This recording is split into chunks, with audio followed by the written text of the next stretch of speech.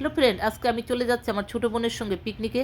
Jadunath collegiate school থেকে পিকনিকের arrange করেছে। আমার ছোটো বোন এই প্রতিষ্ঠানে জব করে, সেই সুবাদে আমার এই পিকনিকে জয়েন করা। আমি গেস্ট হিসেবে যাচ্ছি। ওনারা কয়েকটা বাস নিয়েছে, আমি আর আমার ছোটো বোন একটা বাসে উঠে বসলাম। এই বাসে এই প্রতিষ্ঠানের হেড ম্যাডাম সহ অন্যান্য টিচার্স, স্টুডেন্টস এবং গেস্টরা ছিল। আমাদের গাড়ি অলরেডি ছেড়ে দিয়েছে, আমরা ব্রেকফাস্ট সেরে নিয়েছি গাড়িতে, ওনারা প্যাকেটের ব্যবস্থা করেছিল। এবার আমরা চলে আসলাম নড়াইল স্বপ্নবিধি নামক পিকনিক স্পটে। এখানে এসে আমরা পিকনিক স্পটটা ঘুরে ঘুরে দেখলাম, তারপরে দোলনায় চললাম, পালকিতে উঠলাম, তারপর ছবি তুলে নিলাম, চারপাশটা ঘুরে ঘুরে দেখলাম। খুব সুন্দর ছিল পরিবেশটা। তারপর ক্যাবেল কারে উঠলাম। এর মধ্যে আমাদের লাঞ্চের সময় হয়ে গেল। আমরা ওখান থেকে চলে গেলাম শিল্পী SM সুলতানের বাড়ি।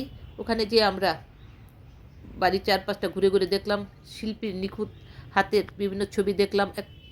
তারপর ওখান থেকে ছবি তুলে আমরা রওনা দিলাম আরেকটা পিকনিক স্পটে, নিরিবিলি নামক। আমরা ওই পিকনিক স্পটে ঢোকার আগে লাঞ্চটা সেরে নিলাম আর চা কফি খেয়ে নিলাম।